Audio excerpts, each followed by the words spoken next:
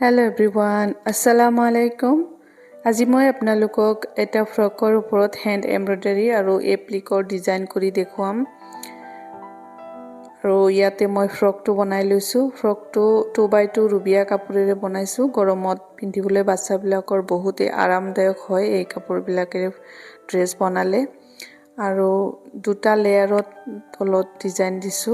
বহুতেই ধুনীয়া হৈছে ফ্ৰকটো। আৰু ইয়াতে মই ফ্লাৱাৰলেছ কাটি পেলাই ইয়াতে লগাইছো। অলপ আঠা দি লগাই লৈছো, পিছত ইয়াৰ ওপৰত আৰু সিলাই কৰিম। তাৰ পিছত মই পাতবিলাক আঁকি লৈছো কলমেৰে।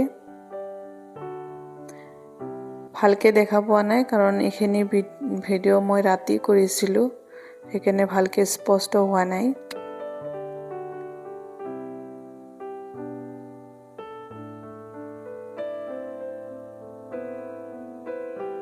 ইয়াতে মই এটা ডিজাইন কৰিলো এনেকুৱাকে, আৰু বাকি ডিজাইনবিলাক কৰিম। এটা আপোনালোকক কৰি দেখুৱাম। আৰু এতিয়া ইয়াতে মই পাতটো প্ৰথমে সিলাই কৰিছো, আৰু ইয়াতে সূতাটো লৈছো এংকৰ সূতা। দুটা লেয়াৰত লৈছো। আপোনালোকে এটা লেয়াৰো ল'ব পাৰে। এটা লেয়াৰ ল'লে কি হয়, অলপ দেৰি হয় সিলাই কৰতে, কিন্তু এটা লেয়াৰ ল'লে বেছি ভাল হয়। কিন্তু মই ইয়াতে সোনকালে কৰাৰ কাৰণে দুটা লেয়াৰত লৈছো। দুটা লেয়াৰত ল'লেও বেয়া নহয়, পাতবিলাক অলপ উঠি উঠি থাকে, 3D নিচিনা হয়, ভাল লাগে। আৰু যেহেতু ইয়াতে ফুলো এপ্লিক কৰিছো, গতিকে এইটো 3D নিচিনাই হ'ব আৰু বহুত ভাল লাগিব। পাতত মই ফিশবন ষ্ট্ৰিচ দিছো। এই সিলাইটো বহুতেই সহজ, আপোনালোকে দেখিলে গম পাব। ভিডিঅ'টো চাই থাকক শেষলৈকে, তেতিয়াহ'লে বুজি পাব ভালকে।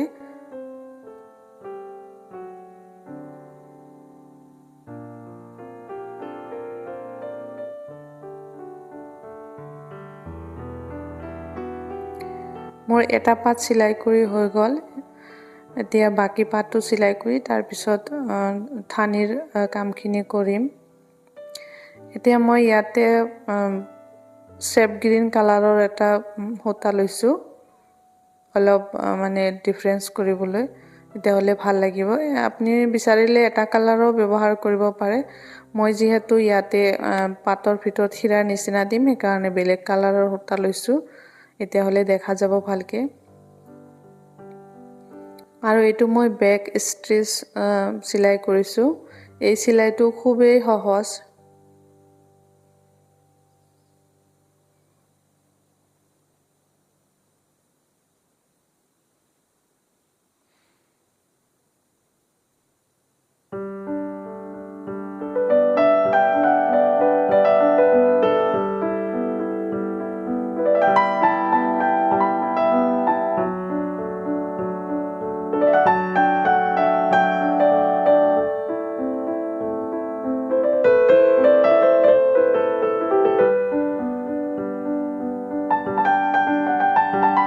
ডালখিনি সিলাই কৰা হৈ গ'ল। এতিয়া মই মেৰুন কালাৰৰ এডাল সূতা লৈছো।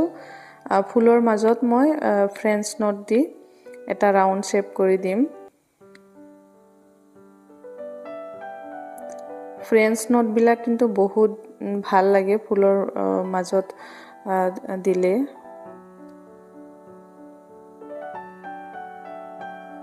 আৰু এটা খুবেই সহজ সিলাই, খুব সহজ সিলাইৰে মই ডিজাইনটো কৰিছো।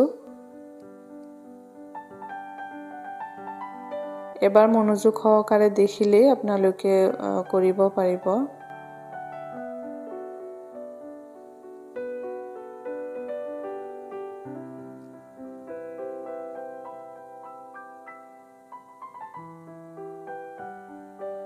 এনেকুৱা ধুনীয়া ধুনীয়া ডিজাইন যদি চাব বিচাৰে, মোৰ চেনেলটো সাবস্ক্ৰাইব কৰি ৰাখি দিব।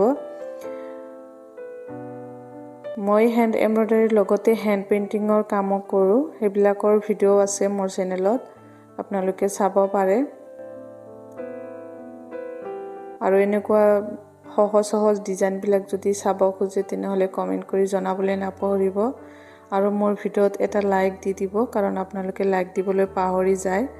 সেইকাৰণে মনত পেলাই দিলোঁ, কাৰণ আপোনাৰ এটা লাইকে মোৰ ভিডিঅ'টো বহুত দূৰ আগুৱাই যাবলৈ সহায় কৰে। তে বেক সাইডত মই ভালকে গাঁঠি লগাই দিছো যাতে খুলি নাযায়। মোৰ ডিজাইনটো সম্পূৰ্ণ হৈ গ'ল। এতিয়া মই আপোনালোকক সম্পূৰ্ণ ফ্ৰকটো দেখুৱাম। মই চিলাই অলপে দেখুৱালোঁ কাৰণ গোটেইখিনি চিলাইটো আৰু দেখুৱাৰ প্ৰয়োজন নাই। এটা পাত ডাল আৰু এইটোৱে ডিজাইন, বেলেগ কোনো চিলাই নাই। আৰু ডিজাইনটো কেনেকুৱা হৈছে দেখিবলৈ পাইছে। ফুলবিলাক উঠি আছে, 3D লুক আহিছে, মানে বহুতেই ভাল লাগিছে। আৰু খুব সহজ ধৰণে কামটো কৰিছোঁ। এই ফুলবিলাক মই যদি হাতেৰে কৰিলোহেঁতেন তেতিয়াহ'লে বহুত সময়ৰ প্ৰয়োজন হ'লহেঁতেন। গতিকে কম টাইমৰ ভিতৰতে খুব ধুনীয়া এটা ডিজাইন কৰি উলিয়ালোঁ।